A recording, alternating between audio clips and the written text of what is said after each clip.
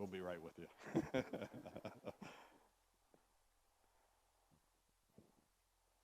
Yeah, I didn't give her a heads up, my fault. Oh, really? I kind of like that. I, I do believe, Karen, Karen, can you see if you can get that on so I can get the Apple TV going? here's Luke. Are we supposed to turn this on too? Yeah. Yes, if it's possible. All right, we live? Okay, thank you. So good evening, everybody, and welcome to the November 18th business meeting of the school committee. And first order of business is the Pledge of Allegiance, and where Luke was late, Luke will be leading us. Thank you. I pledge Allegiance to the flag of the United States of America and to the republic for which it stands, one nation, under God, indivisible, with liberty and justice for all. Thank you, Luke.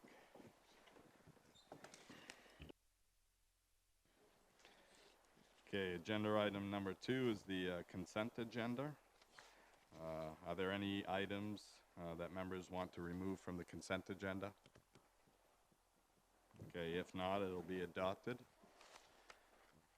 Agenda item number 3 is public input. Is there anyone from the audience who would like to address the school committee? Thank you. Zipping right through. Agenda item number 4 is a report from the student representative. Good evening. And, well, yeah, we'll get you a mic. Make sure it's on, Luke.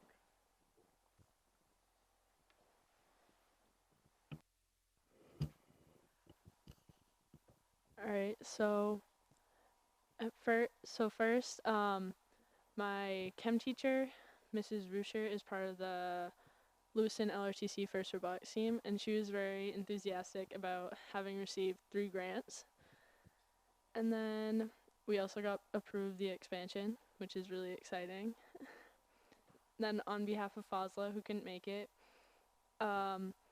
he said how Bilal, Hersey, and Sam Payne both signed their letters of intent this past week, which Bilal will be playing soccer at Siena, and Sam Payne will be playing lacrosse at SNHU. And he also said many seniors have completed college applications, and a lot of the teachers and guidance counselors have been a big help through the process. All right, thank you very much. Okay, agenda item number 5 we will not need because the student wasn't able to make it this evening, so we'll move to agenda item number 6 to receive an update regarding student visits to nurses during November 1st through the 15th, and nursing supervisor Wendy Burgoyne will present.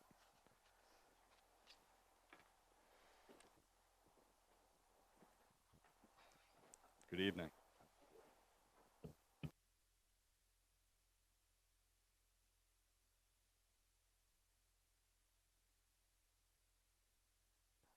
Good evening. So I don't exactly have the data for November 1st through the 15th, only because it was such a short period of time. I have that.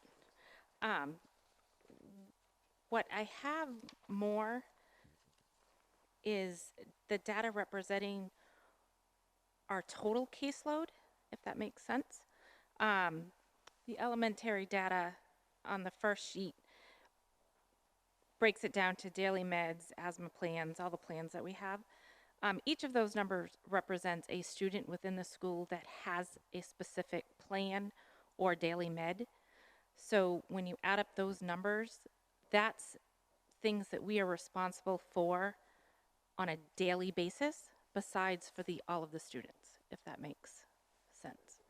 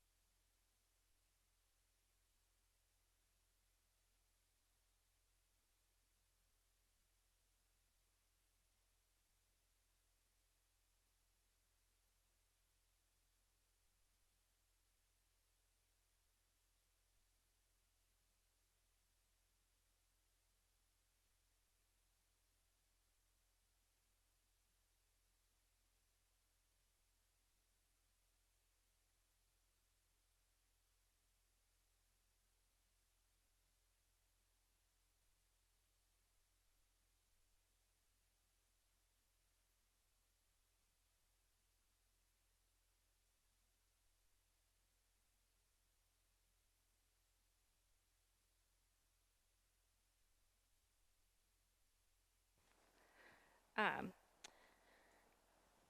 so when you look at the data as it goes from left to right, that indicates all students that we have within our school that have a specific plan, that have something that we may need to manage should there be an asthma attack, an allergy, anaphylactic reaction, the number of diabetics that we care for, students with other health needs that require, whether it's tube feeding, um, um, breathing treatments, trying to think some of the ones that they said. Those are specialized things that we would have to do throughout the course of the day. The seizure plans for students that have seizures and diastat prescribed, as well as the 504 plans, which are separate from an IEP that a lot of times involve nurses, whether it's be to make sure that students are taking their meds consistently, providing support if it's anxiety or emotional need, that they have a place to come to have a break or to have a conversation if something else is going on. So those represents, that data represents what we, all the things that we have to manage on a daily basis. The other data that was presented beforehand was the daily visits that we see that go above and beyond managing all of these things. So I thought capturing, more so than the daily visits, the other stuff that we have to do that are a constant within our day may give you more information as to where the help, where the asking for the extra help is coming from. Does that make sense to everybody? That's the elementary data, and then down below is the middle school and the high school data. So at the high school alone, she has 9 diabetics that she has to care for, which throughout the day is coming in for blood sugar checks. Usually at the high school level, it's a little less than at the elementary level, maybe lunchtime and end of the day or beginning of the day and then lunchtime. But there's still 9 of them that she has to manage. Should there be a diabetic that goes into a coma related to a low blood sugar, she has to respond to that. With 9 of them, that could be, I don't think she's had any at this point, but that could be 2 or 3 on any given day. So it's just a representation of the other things that we have to do besides the daily visits that we have. Any questions? Renee? When it says no complaint entered, is that just the nurse didn't enter for the purpose of this data collection, or? So when you look at our screen to enter, we have, there's 1 through 5 that we can pick, like administer meds, test or screening, injury, illness, other, and then non-medical. And then we go down to complaint. So depending on what they were coming in for, we may not have, we have 75 different complaints.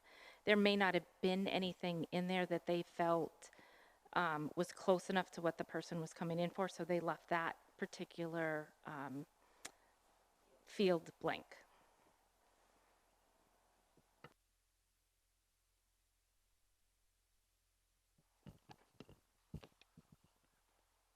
Wendy, thank you for this. I have a question. I'd like to come back up to, let's just look at Connors, for example. So where we look at daily medication, obviously these 15 kiddos go to the nurse every day to get their medication. Where it says asthma action plan, this doesn't necessarily mean that 23 learners go to see this nurse every day, does it? No, what it means is that she has 23 inhalers and then 23 action plans that go along with that. Right. So it could be that within the plan, student must use the inhaler every day before PE.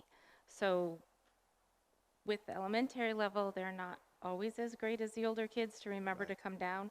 So it's to make sure that she has some type of tracking plan to find that student, to make sure that if it's a gym day that they're getting their inhaler before gym, so they're not crossing in the wind and then getting down to gym and then running into an issue. So where it says the 504 plan, we have 29 students on a 504 plan, or 29 that she sees? 29, those are 29 students that have some involvement, that the nurse is involved in some way, shape, or form. But that's not on an everyday basis, correct? It depends on what the plan is. So it could be. So it could be. Okay. Each plan is tailored to what the health condition or emotional condition is geared for. So it could be that it's a when needed type thing, but it could also be that X amount of times per week the student needs to come down for a variety of things. So this looks like a representation of a given caseload, if you would. Right. So if you were to go down, who's got the easiest numbers to add up? So underneath Montello, so 23, 20, 35, 40, 55, probably roughly you could say that Montello's caseload that she would have, that those would also be students that she would make sure any sub would know about, is about 65 to 70. So her caseload, you could say, is 65 to 70, but then she also has, when you look at the daily visits, the average daily visits of 40. So within that 65, she could have 30 of them that come to see her that day, and then she could also be seeing her other 40 average visits. So she could be seeing anywhere from, 70 plus students in a day. When you equate that to what teachers have, or what like social workers have, OTs, PTs, they all carry just a caseload. So a teacher may have 23 kids within their classroom. That's essentially, in my mind, their caseload. When you look at social workers, they may be on 25 different students' IEPs for counseling. So their caseload would be those 25 students. Our caseload is, the numbers that represent here, plus all of the unscheduled visits that we have. So our caseload is a lot larger, but it also involves the entire school population. So if there's an emotional concern with a social worker student, that social worker gets pulled in for that particular student. If there's 3 medical emergencies, I'm the one person getting pulled in for those 3 medical emergencies. So our caseload is much larger than when you look at the average of the other health professionals. So Wendy, to clarify, in the first 45 days, we know that at certain grade levels, we have to give the vision and the hearing screening. Were those numbers included in last November 4th's meeting as far as visits? No, it was, the first couple months of school are always our busiest.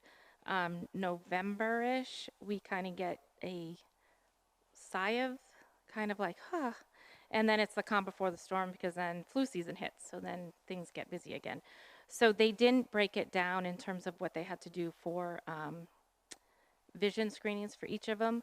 And I did attempt to look at that data, but I didn't know, looking at the teachers' schedules when I went into Power School, I didn't know who taught what. So I wasn't able to go through and see, how many first grade students they had at Montello, or how many first grade students were at Farwell. But those numbers were not representative in any of this.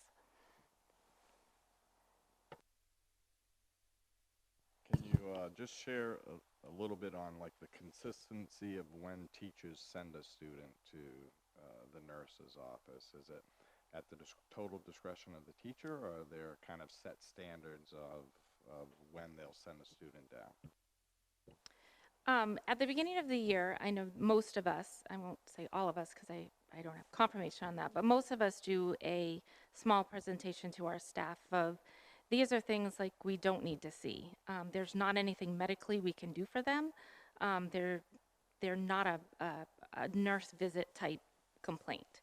And then we say, these are some of the things that we are going to ask of you to do before sending a student down. If they're complaining of a stomach ache and it's 10 minutes before lunch, have them eat lunch. If they still complain of a stomach ache, then send them down. If it's within the first, 10, 15 minutes of school and they're saying, I don't feel good, I want to go home, try to talk to them, encourage them to work through it, maybe get through the first period. Let's see how you feel after, morning meeting. So we do some education with the staff and try to help control some of those visits, but it really, at the end of the day, it is at the discretion of the student depending on what they're complaining of. Okay, thank you. Any other questions from the committee? Mr. Jensen? Thank you, Mr. Chair. Not a question, I guess more of a comment. Since the next meeting, I should say, is our last one, can we get this request for the extra position on the agenda?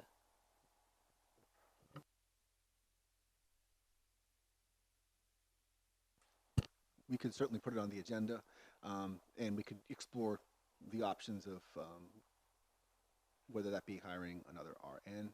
And I think that what Wendy was asking for is the position that was cut from the budget last year, whether it be to explore a different avenue, or whether that be to roll it in with the upcoming budget that we're already starting to work on for next year. And so there'd be definitely some room for discussion on that, and we can have it on the rationale of the agenda if you'd like for an action item. Yeah, I know I've brought this up a lot of times in the last several months, so given it's our last meeting, if I'm the only one voting for it, I'll do it, but I want to have a chance to vote on that. I know that it was mentioned last time about, maybe not an RN, but a different position. We're looking to help ease our workload, and not having an RN could potentially impact our workload because we have to oversee anything else. So if they're doing some type of assessment, then we have to go back and we have to do that assessment again.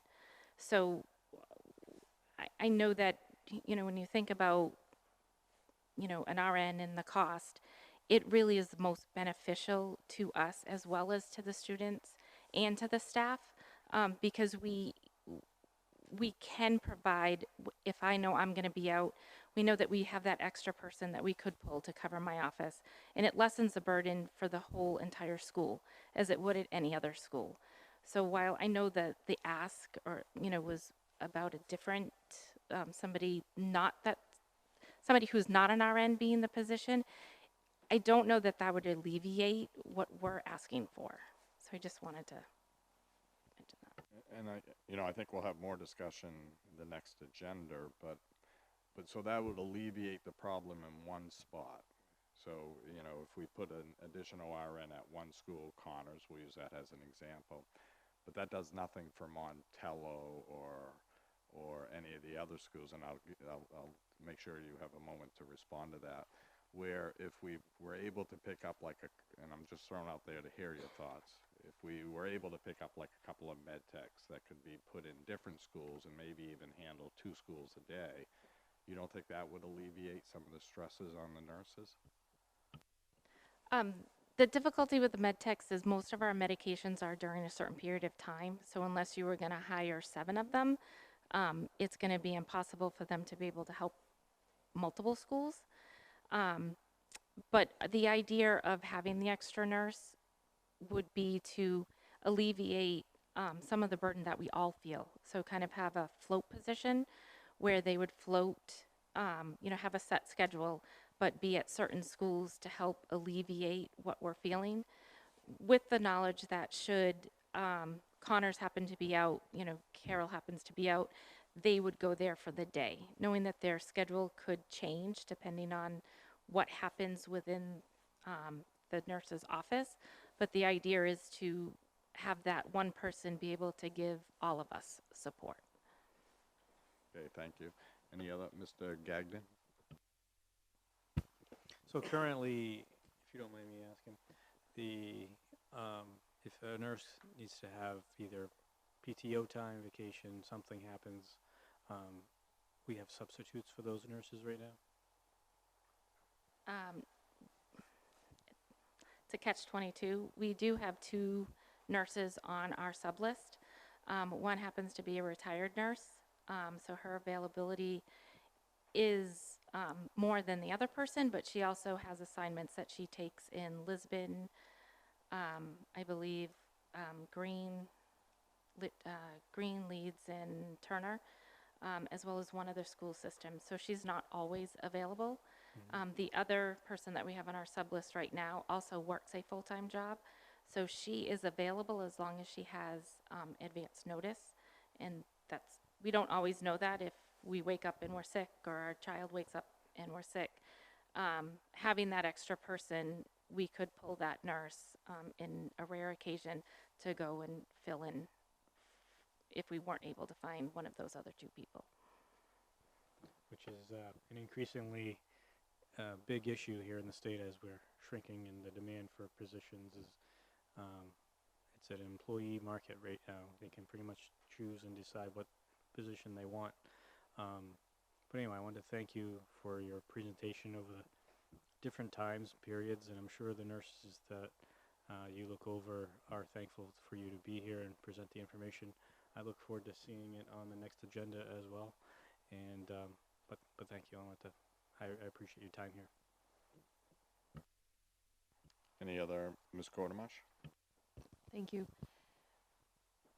Do we ever have days where there's no nurse coverage in schools because of unplanned absences?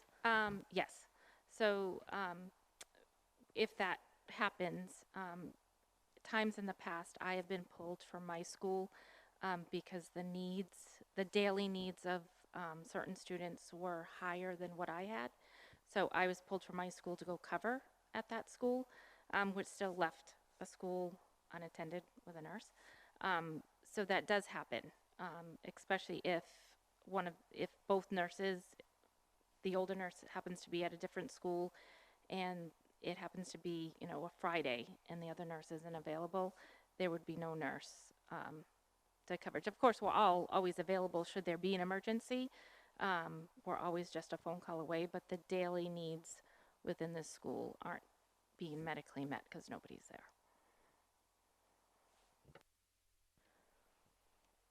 Is there any liability to the district in a situation like that, where there's no nurse present in the building for students that have known needs? I know at some of the elementary level, there have been students that have been asked to stay home on a day that a nurse can't be there because in their particular plan, it says RN coverage must be available. I don't know that there's ever been any liability to that at this point, but I may not know that. Mr. Finn probably could answer that better. In a litigious society, there probably is some liability. There's something that I'd like to be able to add is that speaking with the principals, our principal over at Geiger said that she would have no need at all for additional help with that. She said she could use help in other areas. And so we're looking at, if we did add a nurse, really being shared amongst 6 schools, which would just about give everyone an extra nurse one time a week, which would allow for some really neat strategic planning around this. Another thing that also comes to mind too is we do have some students with some very, very specialized off-campus medical needs in the event that they have an incident that takes place during a field trip or during an outing that would require to have a nurse. And if this were something we're able to work into it, that would solve that problem to allow that nurse to deploy out there rather than have a staff member, for example, have to administer diastat, which is very tricky as well. So you certainly can see the benefits, to this and how it could be shared amongst 6 of our programs. Any other questions or comments from the committee? Ms. Ray? So what just struck me about that, the Longley site, do those students just feed into the high school? And, okay.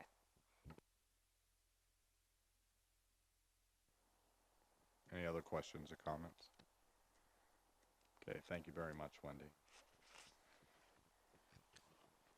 Okay, agenda item number 7 is to receive a progress report regarding the superintendent's entry plan.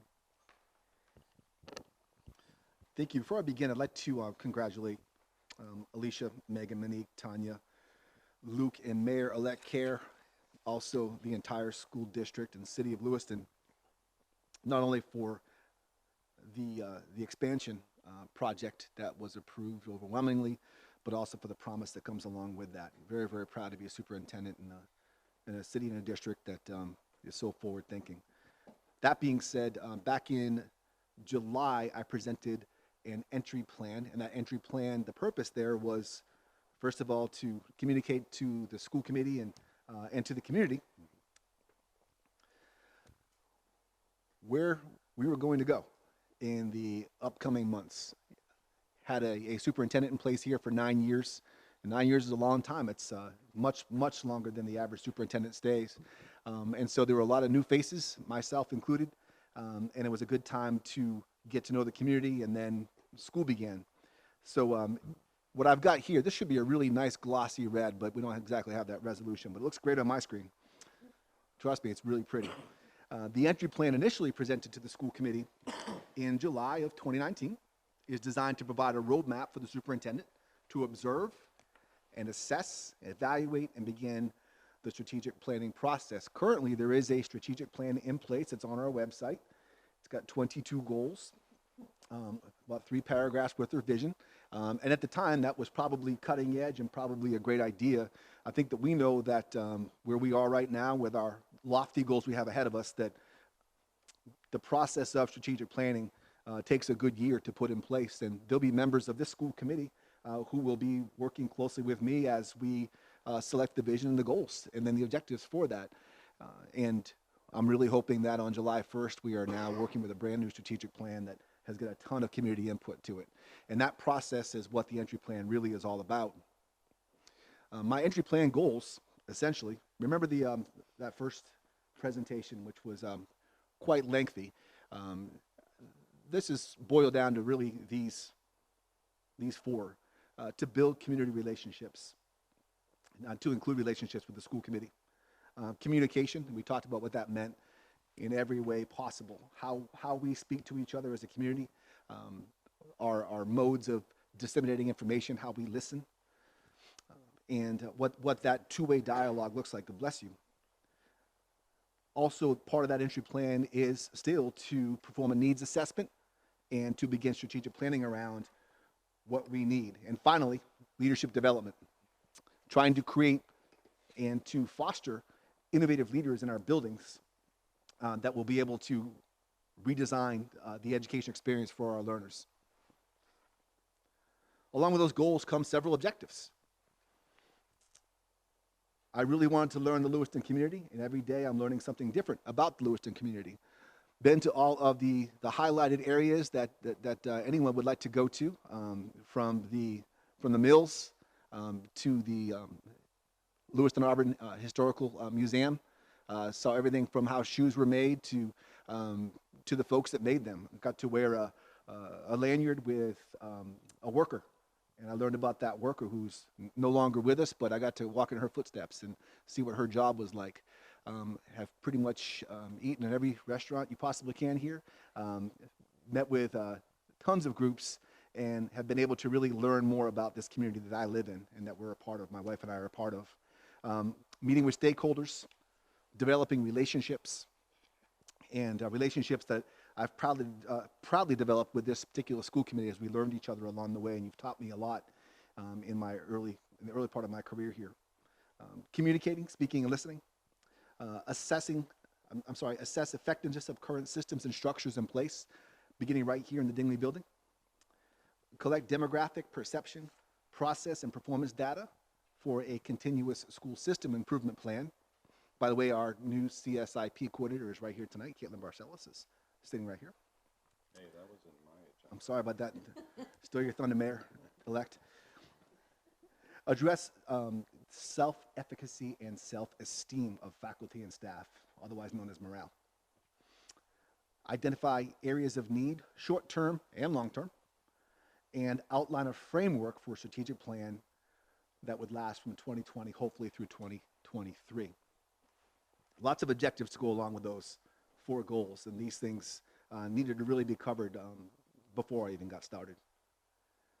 Lots of ways to go about getting this done. The Lewiston Listen series is up and running and it's very popular. Tomorrow night we will be at Connors. It got big. Lewiston Listen series went from a small group of about maybe 40 folks or so. Renee, you were there. That started off at Lewiston High School, where I did most of the talking like I am right now, and actually very little listening. So we revamped that, and the second time around went to Geiger and did a gallery walk where I didn't have to do a whole lot of talking, but I did a lot of listening to people as they walked from question to question and then had discussions about that. And now we've enlisted a dream team for tomorrow night over at Connors. We anticipate a very large turnout at Connors. We've got folks from the Great School Partnership there. We have folks from the University of New Hampshire who are very interested in the Lewiston Listen series. I've built a dream team of folks from the Dingley district and from outside the Dingley School building, and from outside of this building as well. Circled folks up last week, a week ago tomorrow, and we came up with even a better way to do Lewiston Listens, where really folks are welcome when they come in. They will initially do their gallery walk and then come down to small groups and start having small group conversations around their concerns as well. So it's gone from a PowerPoint to a real neat community event. And tomorrow night, we anticipate having a really neat one at Connors. Focus groups, had a lot of focus groups. The focus groups that start with Genius Hour. In our Genius Hour, we've sold out very, very quickly. And I should say sold out, but we've filled up very quickly. The first one was around equity. The second was around communication. And we'll be launching out our sign-up list next week for the November one. Won't say what time, won't say what day, but it fills up very, very quickly. We also have focus groups around assessment. We had our group of parents that wanted to have conversations around assessment processes. And that group has been wildly successful and has even morphed into no longer wanting to be called an assessment group. They want to be more of a redesign group.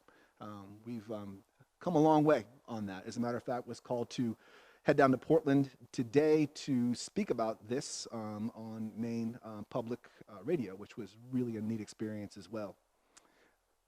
Taking a peek at archive data analysis, this building here is filled with people and information where I can find out pretty much anything I'd like to find out that has happened in the past as to who we are and how our students have done, and taking a real good look at those numbers. And in fact, our fantastic senior Bates intern, Tess Black, is here tonight as well, who helps me out on Thursdays and Fridays.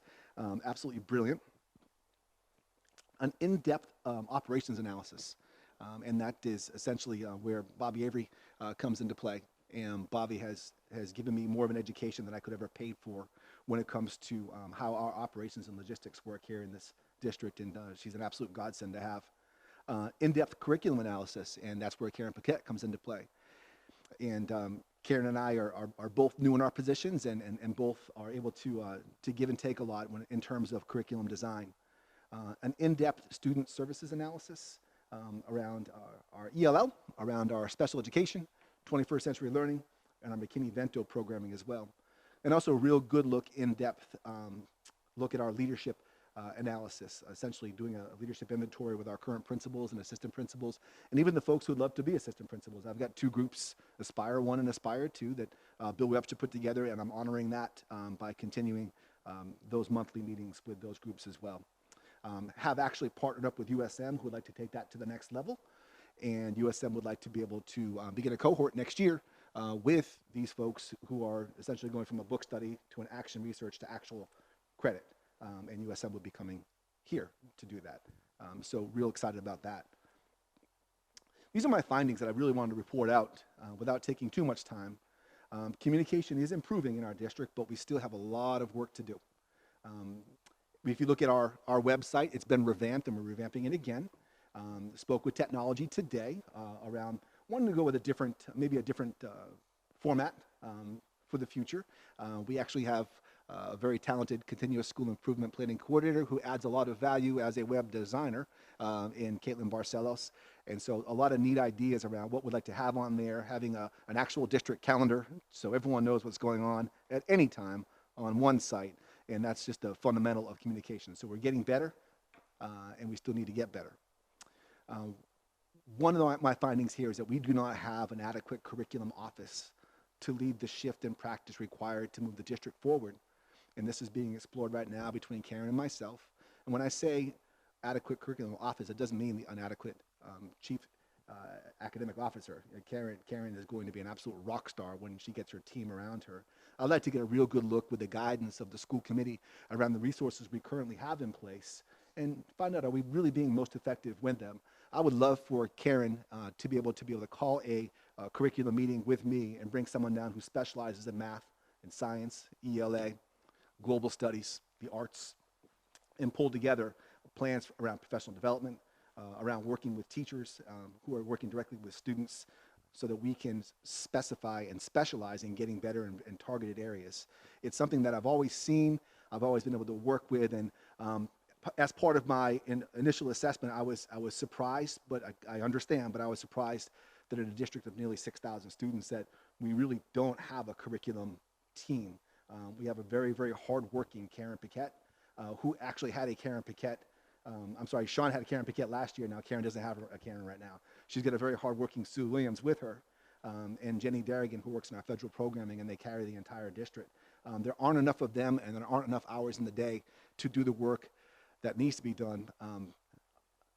I pride myself as a curriculum coordinator, former curriculum coordinator myself, and I know that with the right support and the right plan in place and the right structures moving forward, that's one area that I really believe that will lead the charge here in Lewiston. Each school requires an in-depth analysis to assess professional standards, processes, areas of strength, and growth opportunities. This is something that we call Ignite. I mentioned that earlier. Our school committee members will be invited to join an Ignite team. This will essentially be a 3-day process in each of our schools where our principals and members of the community will come in to help assess and analyze what's going on in those schools with everything from small focus groups to walkthroughs of classrooms to systems and structures, lunch, and give feedback from peers and from others as well as to how things are going. This will be invaluable on top of the process, perception, demographic, and performance data to allow schools to really take a look at how they're doing and where they are and what they need to do to move forward.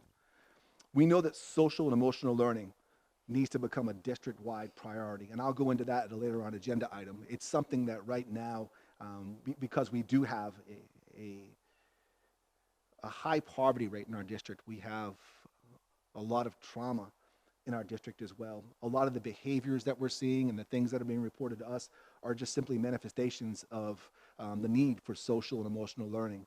And very, very fortunate that we have a couple of folks who do work in curriculum who have put together something for later on this evening. Our Lewiston community requires engagement opportunities. One thing that I can say is if I've asked anyone to come out and to join a discussion with me, it fills up quickly. One thing I have learned from our moms who were really concerned with all the assessments that were going on earlier in the year is that this was one of the very rare opportunities that they even had to come out to discuss anything with the school systems. Personally, for me, that 4 o'clock till whenever hour has become one of my favorite times during the day, where I can just listen to folks and we have a lot of fun with our conversations, but it's also very, very informing to me. Another finding is that our faculty and staff, parents, community members require value-added leadership opportunities. We'd like to see, and with the assistance of doctoral candidate Bobby Avery, to add value-added leadership teams to our school that go far beyond the administration, that actually would require membership from all folks in the school, from your administrators to your teachers to students to parents to non-parent community members, to our folks that take care of our buildings as far as our floors and our hallways go, to the folks that serve our kids lunch. These are all stakeholders that deserve to be part of the decision-making process. It's not as easy as just putting folks in a room. This requires training and strategic planning, and that's something that we will be doing right here in the Dingley building on Monday mornings to help our schools create these value-added leadership teams. And finally, students require more engaging learning opportunities, innovative methodology, and relevant practices. We, knock on wood, have yet to have an expulsion hearing this year. Unfortunately, we've got one coming up tomorrow evening. But up until this point, when folks have been brought to me, I've had some real neat conversations with some of our kids. One thing that continues to come up is that our students they're bored. And they are looking for more cutting-edge course offerings and really begging for more use of technology, and they want to be able to do. And so hearing these things from our kids as I visit schools each and every Friday, it seems to me like we need to really have an interesting strategic planning session around what we're offering in terms of courses, but also how we're offering those courses as well. Almost done. For our next steps, Caitlin has hit the ground running to facilitate the Ignite series and the continuous school improvement process in each school. We are administering in partnership with the association climate surveys that our principals will review tomorrow that will go out and inform us as to how folks feel when they're in school and how they feel about themselves and their jobs and areas for improvement as well. That's going to help us really break that data down for a building, but also for a district, and I'll be glad to share that with the committee. And also, when we get that, we're going to bring it back out and share it with the teachers and the faculty as well, and then start more dialogue around what can we do to improve this. We know that Lewiston Listens, Genius Hour, Assessment Design, Student, Parent, and Educator focus groups will continue. As part of our next steps, the Curriculum Office will be redesigned to reflect focused professional development, course audit and design, vertical and cross-curricular planning to increase rigor, relevance, and student engagement. Karen and I have an all-day Wednesday jam session, and we're going to just dump some ideas on the table and start working. We know that personalized learning plans are something that parents are asking for. We know that tech integration is something our students are asking for. Authentic assessment, so our students, our parents can actually look at their students' work, not just numbers and dots on a page. Real-world skills, because our employers with our Chamber of Commerce are asking for our students to be able to communicate and collaborate and critically think and create. We know that project-based learning opportunities are getting it done at LRTC. They're getting it done, and our students are graduating at over 90% rate from LRTC because they're thinking and they're doing. And that project-based learning can and will take place in our regular classrooms as well. And finally, SEL inequity to become part of the planning and instructional discussions processes for everyday instruction district-wide. So those are our next steps. And finally, what we're on course for is this: a strategic planning framework to help guide conversations around vision, goals, and objectives for Lewiston Public School to begin implementation on 7/1/20. Data-driven, value-added leadership teams in every school. Data-driven scares a lot of people. So we take that data out and put evidence in, evidence-driven. So I'm very proud of our nurses, for example, for providing all of that data. And it can almost sometimes be insulting when I'm saying, I need to see this data. And they're like, but you know we're busy and you can see this yourself. And what's important is for folks to know that we are, and we've begun this year since I got here at least, we've begun coming to the school committee with evidence, or we're just not going to ask for something. And I think that's what the school committee has asked for. Strategic and tactical redesign conversations to address district and school areas for improvement. We're also on course for a school system budget to support the needs of year one of the strategic plan. And we are on course for a central office structure that most effectively addresses and supports teaching and learning for every student in Lewiston Public Schools. There is my Q1 update. Do you have any questions for me? Ms. Wright. I missed the initial entry presentation, and so I'm so appreciative that we continue to integrate technology into these meetings so I could see the enthusiasm with which you presented that to this body. And hearing this update just confirms that you are in this for the right reasons, like you're on The Bachelor, I guess. Yikes. But hearing the way that you break this down and talk about it is really effective, especially for me as I bring that to the city council and to my constituents. So I just wanted to voice my appreciation. Ms. Roy. Thank you. Yes, that's wonderful. The follow-up has been superb. We asked for extra data. We get it. It's really not fluff why we ask for these numbers, and it is when we make a decision to fund something that might mean something else doesn't. So if we can look at things that don't need to be there anymore. I mean, it just helps with the overall picture. We're not in the buildings every day. This isn't our work, so it's not just numbers. It is the stories behind those numbers. So that's the extra data of like, well, what do those cases mean? The nurses data is a perfect example of what we've been asking for, at least since I started sitting in this chair, and it was always missing. And it wasn't because people didn't want to do it. I get it takes time, but the follow through is really crucial to making these decisions. And then I just want to thank you for continuously updating us on how this is doing. My question is, how is the school committee incorporated into the strategic planning? So I'm going to present out all of the Lewiston Listens data to the school committee, and so we still have about 4 more stops along the way. And again, really excited about tomorrow night, and really want to thank actually Karen Piquette for putting together. Actually, we're feeding folks tomorrow night too, so you say pizza and folks are going to come running, and we got you. But that being said, I will be presenting out essentially a framework, which will include a space for a vision, a space for 4 goals, and we can put as many objectives as we want on there. And I'd like to be able, for the school committee to be able to, in a workshop session, examine this and determine what the goals should be, and then come up with a shared vision. And then we can line up the fun part is, and so Alicia and I cut from the same cloth on this one, to then line up objectives and deliverables and dates. And so we know we've got to hold ourselves accountable to this plan. What I'm not going to do is bring a strategic plan into the school committee and say, here it is, because it's not worth the paper it's written on. And we need to do this together. What I'll do is I'll get you all the information you want, though. I'll get you data. I just wanted it to be a collaborative process. Absolutely. Thank you. Thank you. Mr. Jensen? Thank you, Mr. Chair. Great presentation. I liked everything I heard. Question I have, you mentioned that USM wants to have a cohort. Was that in regards to training assistant principals in the district? Yes. Thank you so much for mentioning that. You know, I'm able to work directly with the principals, and we'll have a meeting tomorrow actually, and I get them.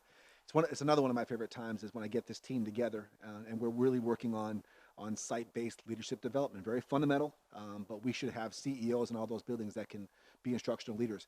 A group that tends to sort of fall by the wayside are the assistant principals, and as I meet more and more of them, the need for us to get them together in a group, not just the ones that are looking to become principals, but all of them to develop what their mindset needs to be, realizing that we no longer do 7.5-hour days as administrators. You're supposed to outwork each other and outwork that principal.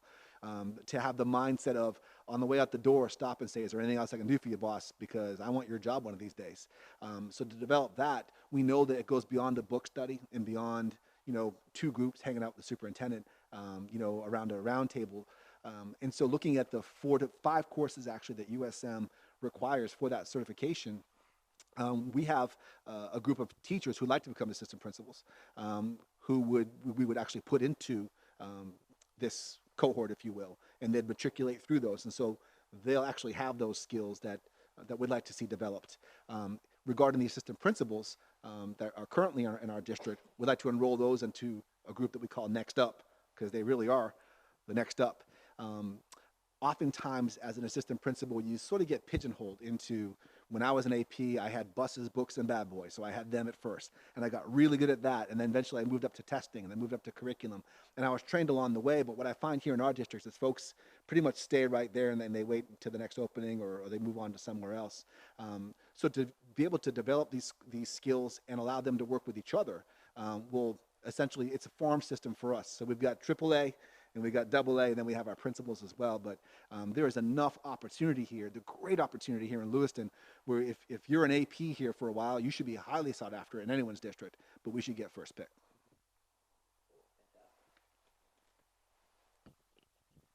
Any other questions or comments? So I think, as committee members, we can see daily that things are changing in our district, and I think it's been a steady but slow process.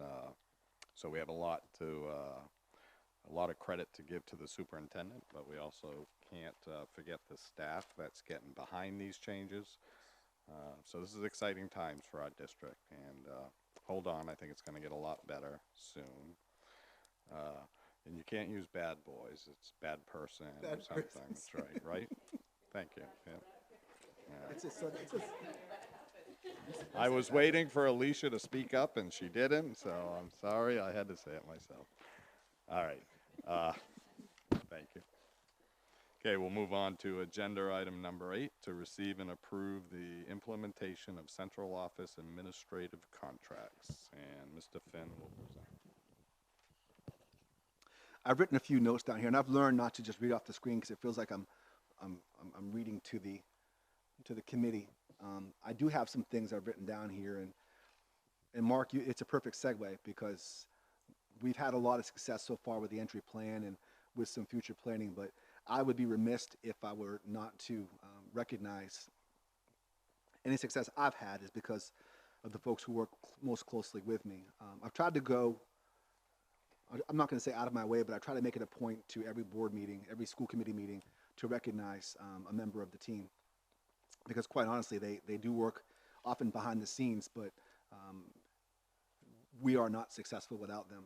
As part of my entry plan, I've assessed the system's instructions and standards, structures and standards, expectations, climate and culture within our operations and logistics, and teaching and learning, and leadership and innovation teams. That's what we're divided up to here at the Dingley building. I am thoroughly impressed with the team of professionals that this school committee has surrounded me with as a first-year superintendent. I did not hire any of them, and you allowed me to walk into a system that has these folks here. As time has passed, I've realized the value of this central office team and would like to do all I can to keep the core of our team together. Now, I'm not naive to think that as we become wildly successful here in our district, that folks will come and do what they do with our teaching staff already and start cherry picking from our central office. And that's natural. My job is to keep this core together for as long as we possibly can. We have much to do in order to achieve our goals as a district. Consistency and commitment are two big pieces that we will require in order to improve as a school system. I noticed that our chief administrative officer, our chief academic officer, as well as our directors of facilities, human resources, instructional technology, ELL, nutrition, and transportation, as well as special education directors, actually don't have contracts in Lewiston Public Schools. So I started asking why, and it just sort of became normal. And so I started saying, well, wouldn't you like to have a contract? And I think that Karen one day said, you could get rid of me anytime you wanted to. And I thought, hold on, that means you could leave me anytime you wanted to as well. And it really started bothering me. So I started calling around and called other districts and finally called MSMA.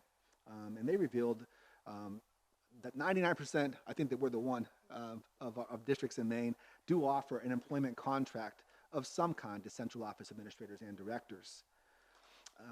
It's my request that the school committee members consider entering into a 3-year contract for those who are eligible for a management contract and a 1-year management contract for those eligible for a probationary contract. These employees are not part of a collective bargaining agreement, nor shall they be. It is my feeling that a contract provides these leaders with assurance of our commitment to them. And it also shows a level of commitment for those leaders in Lewiston Public Schools. I'll wrap up by saying that I've grown immensely as a superintendent since our first meeting. I think that you can probably all attest to that. And it's because I've been able to open up and trust and have faith and confidence in folks who, again, that you allowed me to work with.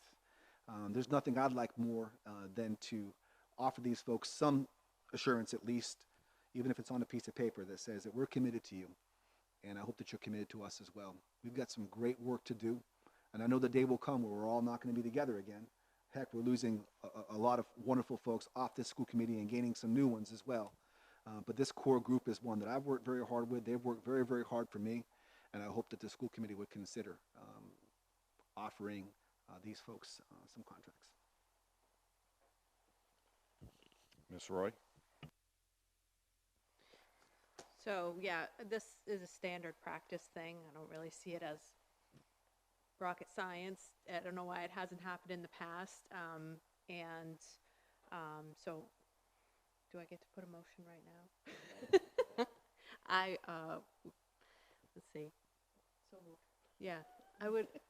What's the motion? The motion to move. Okay.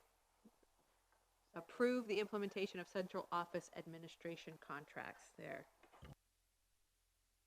Moved by Ms. Roy, seconded by Ms. Ray. Further discussion. Ms. Quartermash. I apologize if this is a stupid question, but, so a probationary would be a new employee?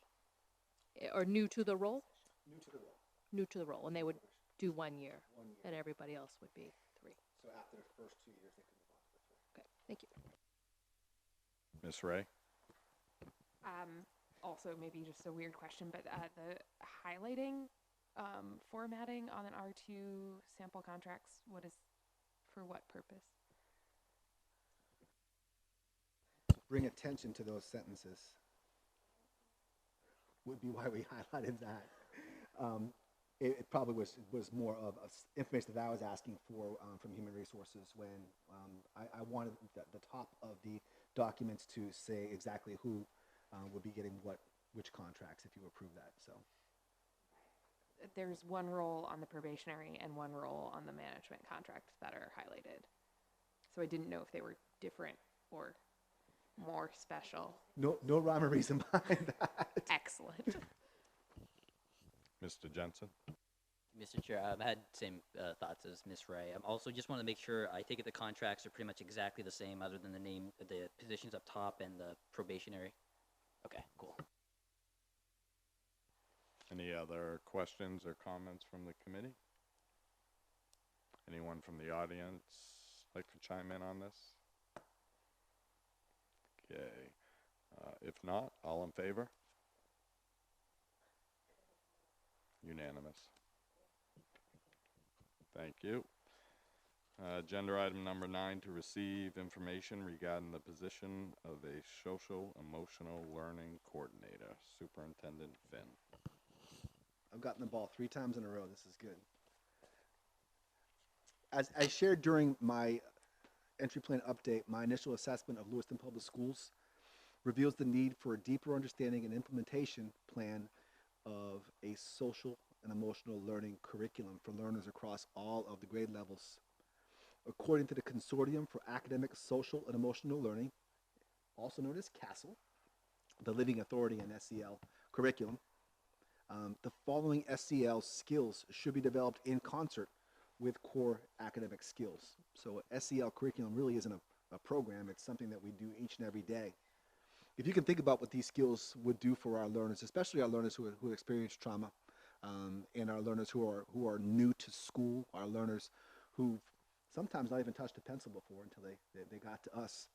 And so those 5 core areas are self-awareness, self-management, social awareness, responsible citizenship, and relationship building. And if you can think about what that would look like, kindergarten through 12th grade, as we weave these skills into the skills that we're building in math and science and literacy and art, it becomes really fundamental in today's world. Our Chief Academic Officer, Karen Piquette, has researched Portland and Bangor school systems' SEL coordinator positions and their job descriptions and the manner in which SEL coordinators are integrated into curriculum work. Further, our ESA coordinator checked this job description with the Department of Education to see if Title IV funds could pay for this position. Title IV funds can pay for this position according to DOE, and we could pay the position up to an SME 16 with benefits, up to. Providing students with a well-rounded education, including programs such as college and career counseling, STEM, art, civics, international baccalaureate, and advanced placement can be used for Title IV. Title IV can be used for that. Supporting safe and healthy students with comprehensive school mental health, drug violence prevention, training on trauma-informed practices, and health physical education are covered by Title IV. And supporting the effective use of technology that is backed by professional development, blended learning, and ed tech devices. The job description is included in the packet, and I'd like to be able to post this position and ask the school committee to serve on the hiring panel as well, as we did for Caitlin. I thought there was a lot of value in that. So any member of the school committee that would like to Beyond that, I could certainly inform you as to when we would doing interviews, and then begin the search process for this. It's something that I really feel as though as we build towards um, the future of Lewiston Public Schools, an SCL coordinator really needs to be in the conversation around all that we do regarding professional development, but also how our kids are learning and what they're learning as well. So, can you just give some justification why this position should be filled outside of the budget process? Why it's critical that we do this now? Absolutely. So as part of the entry plan and my assessment in the building each and every Friday, it was clear to me that we're missing something.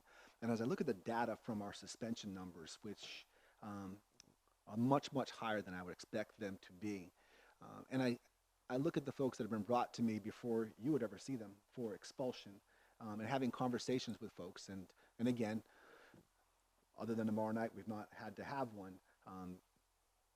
The need for social and emotional learning in our schools as early as next semester could be very helpful. Now, I do know that there was some talk around that prior to me getting here, and it did not appear in the budget. However, with Title IV and with just trying to find out how could we pay for this with funds that are already allocated to us, that can't actually be used for direct teaching instruction. So what could we use this for to have the maximum impact on our learners now? This was something that is around the top of my list as a superintendent. And again, wide open to discussion on this. But at the same time, I think that everyone would probably agree that SCL is extremely important in our schools, especially in Lewiston. Thank you. Mr. Jensen? Sure. The first question I had was it for this year or next? And I think you just kind of answered that. So it'd be for this year. Okay. So I guess what would be the trade-off for the funding? Because I imagine the funding's already accounted for, so we'd have to take it from somewhere else. What would the trade-off be? And also, is it going to add any additional mandates for teachers or any additional work for them? Because I understand working with teachers, helping them out, but I don't want to place any extra burdens on teachers in addition to what they already have. Sure. So actually, the Title IV funding in our original plan this summer, when we were writing it last spring and this summer, we were looking, and even last year we were looking at, we had some increased funding, so we were looking at ways to use that, and we actually talked to the state several times about a position like this, and it was actually brought up at a state meeting that this was an idea, that this money would be a good use of this money. So we had a plan to go ahead and do that, but without really doing a lot of research and with having a new superintendent and without really knowing where we were going, we held off on even bringing this forward. And as Mr. Finn did his assessment, as him and I had some conversation, we realized it was really important to go ahead and use this money. So was this money allocated for other things? Our initial plan included that. We weren't sure if we were going to go that route, so we have used some of the money for some other things, but we are able to support it with the current funding we have without losing any of the other positions or things that we have in place at this point.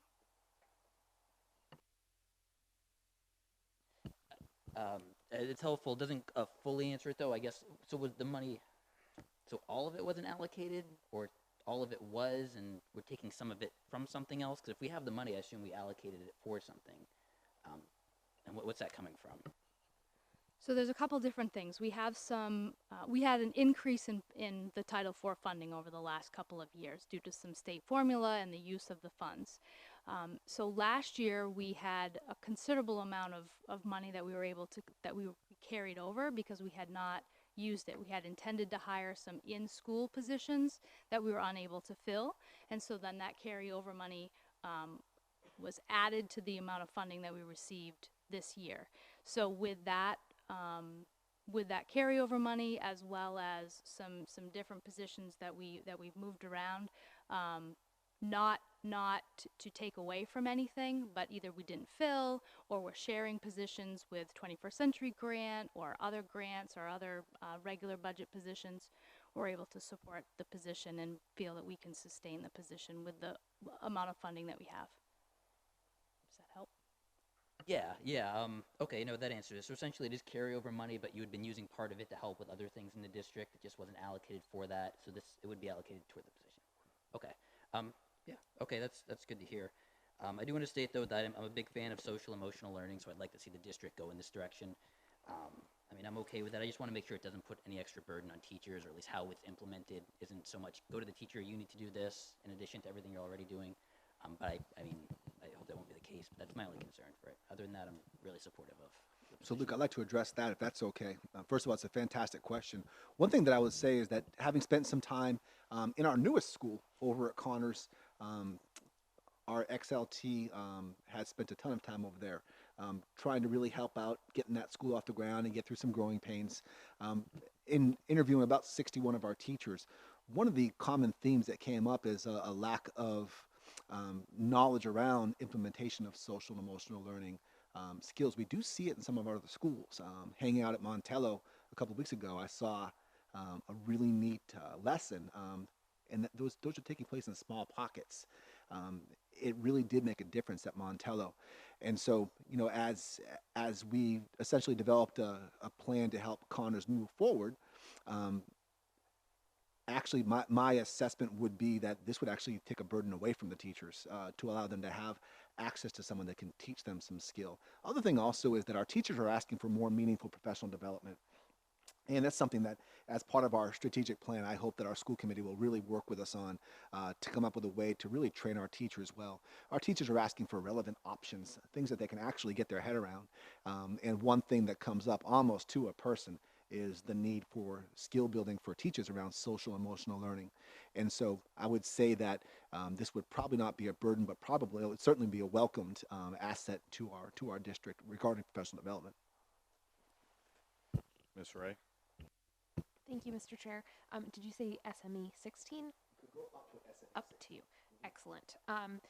So I was so pleased and honestly relieved to see this in the packet following a conference that committee member Roy and I attended, and some really poignant sessions about epigenetics and equity statements and efforts in Portland public schools. I just felt woefully behind, and having participated in the CSIP interview process, I had some unique access to educational leaders that I do not normally have as someone without children in the schools.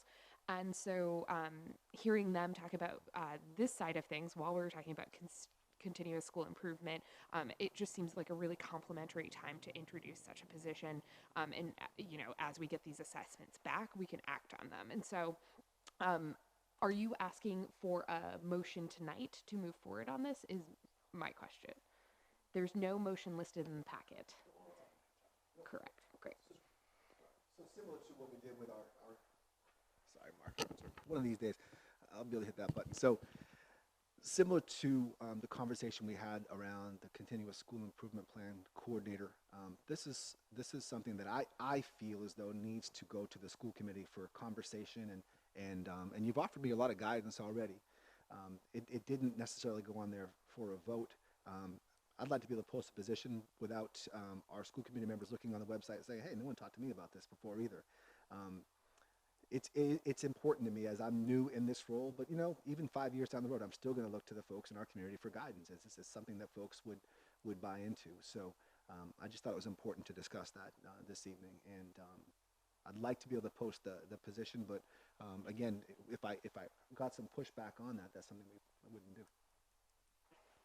Huge support coming from this member.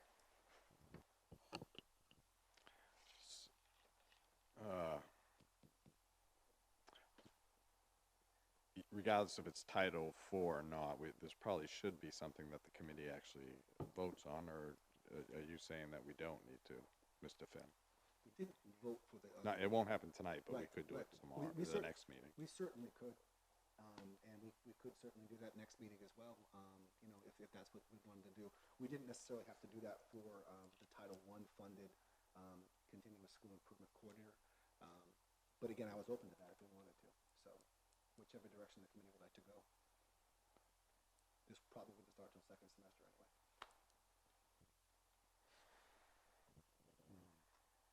Ms. Parks? Question and a statement. So this will not require any additional funding in the budget in the spring. And on page 3, under reasoning ability, I think there's maybe a comma missing or something because it doesn't make sense to me. Which one? Ability to define problems, collects, and analyzes data. Maybe there should be a comma after problems. Oh, on the job description? Yes. Is that what it is? Okay.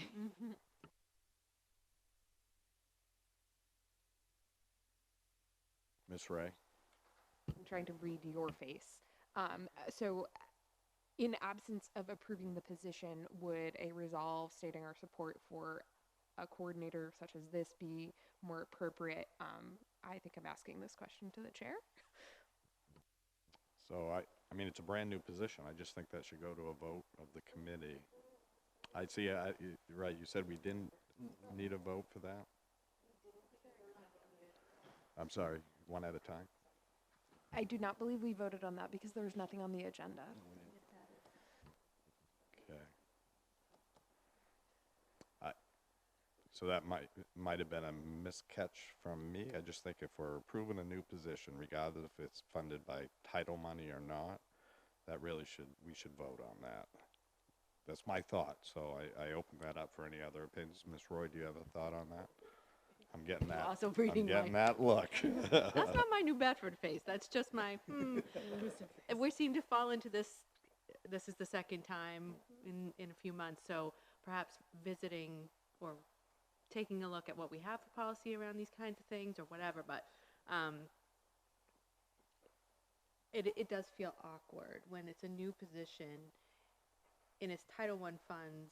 It feels like it's just a given that it can go forward. But if it were like the nurse's position, we'd have to have a vote. So I think it needs to be looked at so we don't end up in this situation every single time we have a meeting about a position.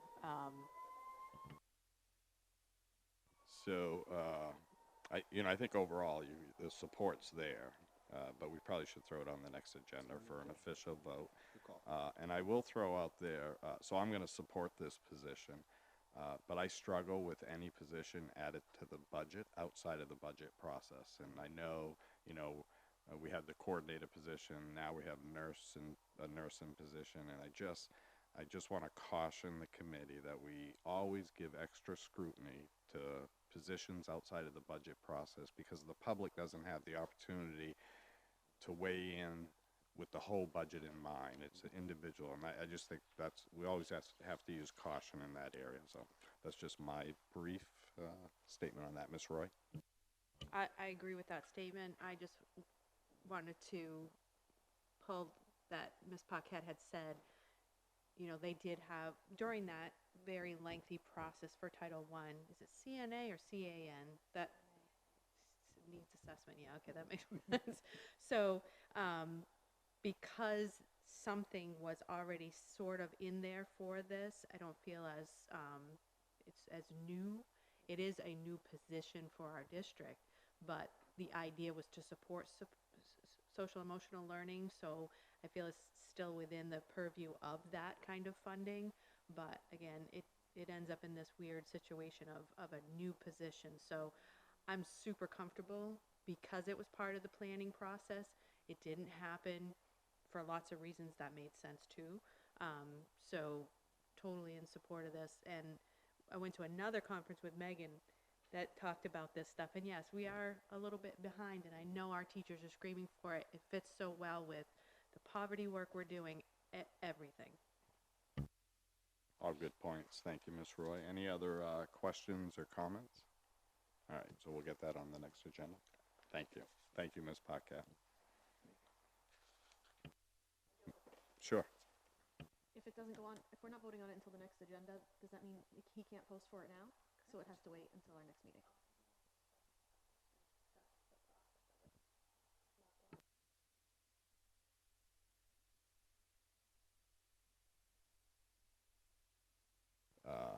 No, I'm suggesting we actually put it on the agenda and vote.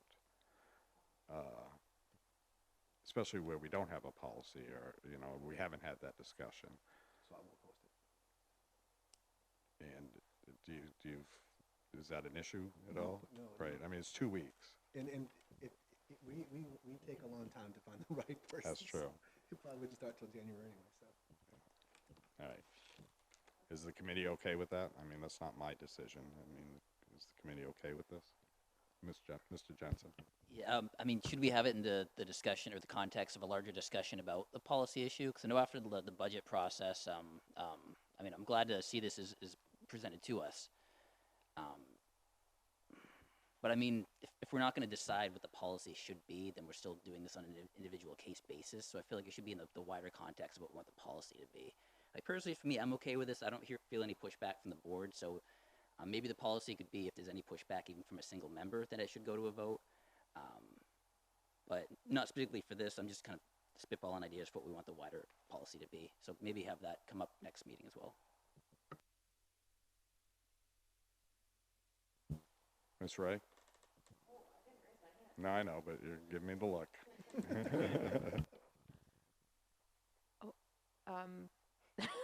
So, oh dear. So what are you proposing to be on the next agenda? Voting on the position or voting on support of the position?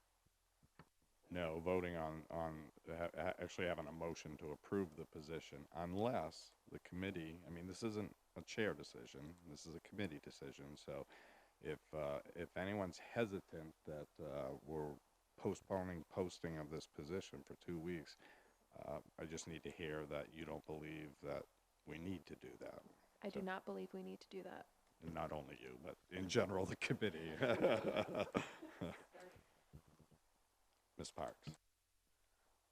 I don't believe that we need to do it in this situation because we all seem to be in agreement about it. But if it was a situation where we weren't all in agreement, I think we would. So to not be hypocritical about it, like I support this position, so I'm okay with going ahead with it today. But if it was a position that I didn't support, I would want it to go to a vote. So just. Can I just get a thumbs up on anyone who's okay with him? Can I just say one other I'm thing? sorry, yes. So if we do go ahead with it tonight and not reschedule it for 2 weeks out, can we have something on the agenda in 2 weeks to discuss a policy about this? Okay, then I'm good with that. All right. Can I get a thumbs up on anyone who's okay with this being posted now? All right, you're all set. Very good, thank you. Thanks, committee. Okay, agenda item number 10, a report from the city council representative. Can I just point out that the rationale says Superintendent Todd Fitton will present? Yes. I'd like to see that. So the city council met in workshop last week. We received updates from our newly appointed recycling committee in an effort to reduce the municipality's burden of costs, specifically dealing with recycling. So we'll be addressing that tomorrow, hopefully. We also talked about city tree planting programs and small cell ordinances, which might have been a little bit over my head. Tomorrow night, we meet in workshop, executive session, and regular meeting. Probably the most relevant pieces, because there's a lot for tomorrow, will be the presentation on the proposed public art plan, which will happen at 6 o'clock. So those folks met with Auburn City Council tonight and are meeting with us tomorrow night and talking about what public art should and could and might look like in Lewiston, Auburn. And then the mayor plans to make a proclamation honoring National Education Support Professionals Day. Seems relevant as well. And then most of the things we're hearing tomorrow night are second readings for passage. And so as a result, I've already told you about all of them. However, item number 19 is the order to authorize staff to take steps to dispose of the Martell School and associated property.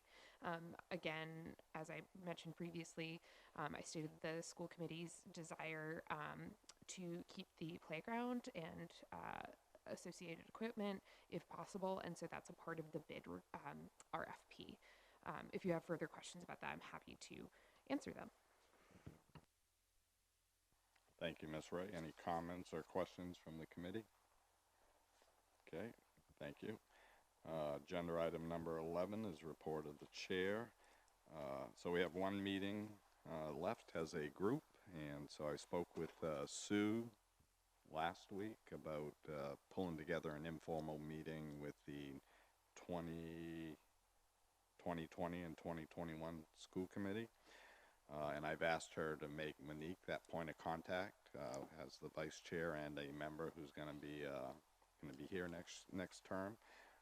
So everybody good with that? And I think it's more to have discussions about the chair and, you know, the kind of that informal stuff that they need to do. So I had two things on my list. One of them was introducing Caitlin, but the superintendent's already done that for me now. So welcome to your first school committee meeting. Yes. That's what we're talking about here, Lewiston. So thank you very much for choosing to come to Lewiston. I've heard good things about you already, so we're excited about what the things that you're going to be able to do to help our district. So thank you. All right, thanks. Okay, moving on to agenda item number 12, report from the. Yeah, my other one was the informal meeting of the new committee. Yeah. And moving on to agenda item number 12, report from the school superintendent. So aside from what was already shared as far as next steps moving forward, just to reiterate that tomorrow at 6:00 p.m. we will be at Connors for Lewiston Listens, and we're very excited to introduce a new format, and we'll continue iterating and reiterating until we get it exactly how we want it. So tomorrow should be a great night at Connors. Thank you. Agenda item number 13, any committee members wish to announce any community announcements? Ms. Roy? No, we did the thing. We went to the conference. And I'm going to forget the name of it. I have my little certificate. So Megan Parks and I went to the summit, the 9th annual summit on collaborative and proactive solutions. Diversity and collaboration come together. There were some amazing speakers, Dr. Patina Love in particular, you know, just having frank conversation about diversity in schools and what diversity means, and how I think that we're possibly lacking in cultural studies in our, so when you talk about new and exciting classes for our students, but we should be educating on other kinds of cultures and really digging into that stuff. I have some resources that I could share, but it really was something that validated some of the things that we have been talking about, that we need in our schools and that may be missing. Just a really powerful day. I don't know if you wanted to add anything to it, Megan. You got some notes.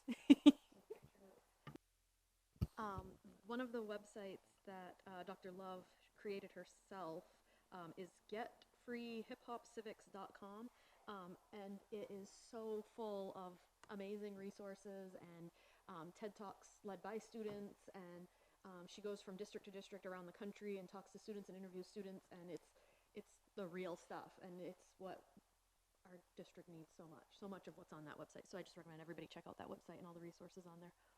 Full curriculums, everything is on there. It's amazing.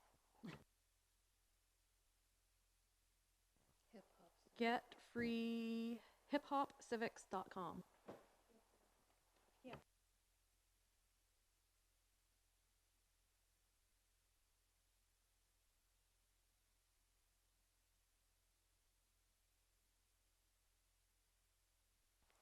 So along those lines, and Megan, so you sparked this, it reminded me of the fact that we have Dr. Zach Kirk coming up, and he'll be here in the first week of December.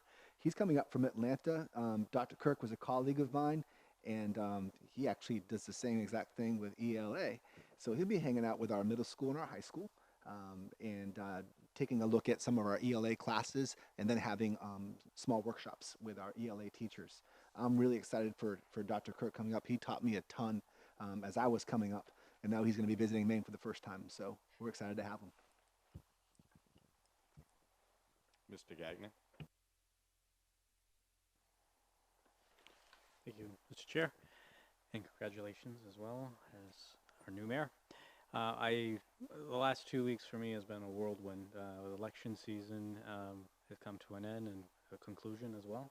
And opening a new restaurant in our community that's really a true asset to our community as well has been welcomed with open arms, and glad to be part of that. So public service announcements for that. But I also wanted to thank the Lewiston High School Expansion Committee for providing such a great informative campaign, I guess, because it wasn't about what was right or what was wrong. It was just providing the information out there. Luke was part of that committee. You visited several times, as well as you and your wife. So thank you for your participation and being eager to be knowledgeable into what it does for our district, but also what it does not just for Lewiston and our students and our teachers, but our entire community surrounding our community as well, because people do come to Lewiston for our education and for our students, but for the entertainment value and what we provide in our district. If we cannot instill that into our students and those families, then it's going to be a difficult road up ahead. So now that, and it has been, so now that we've reached this new wing, now we go into phase 3, and that is to hopefully add a performing arts center, as in an auditorium. Correction, a theater. So there's a difference between an auditorium and a theater. Our middle school has an auditorium. It does not have a backstage for, it's not built. It's built for meetings. It's built for assemblies for our district and so forth. It's not built for the arts necessarily. So we'll hopefully have that opportunity so we can enrich our community with the arts even more so through our students. So that'll be phase 2, and I see our next committee that's going to be coming on board has some involvement with the arts in our community as well. And so it'll be interesting to see, and if I can at least participate on that and continue to participate, I will most certainly do so. So thank you to the committee and those listening and our voters for voting in favor of adding this wing. So thank you so much. Thank you, Mr. Gagnon. Any other comments from the committee? Okay, if not, I'll entertain a motion to enter into executive session to discuss the superintendent evaluation process in accordance with Title I, Section 405. Moved by Mr. Jensen, seconded by Mr. Gagnon. All in favor? Thank you. Thank you, folks, very much for attending the meeting.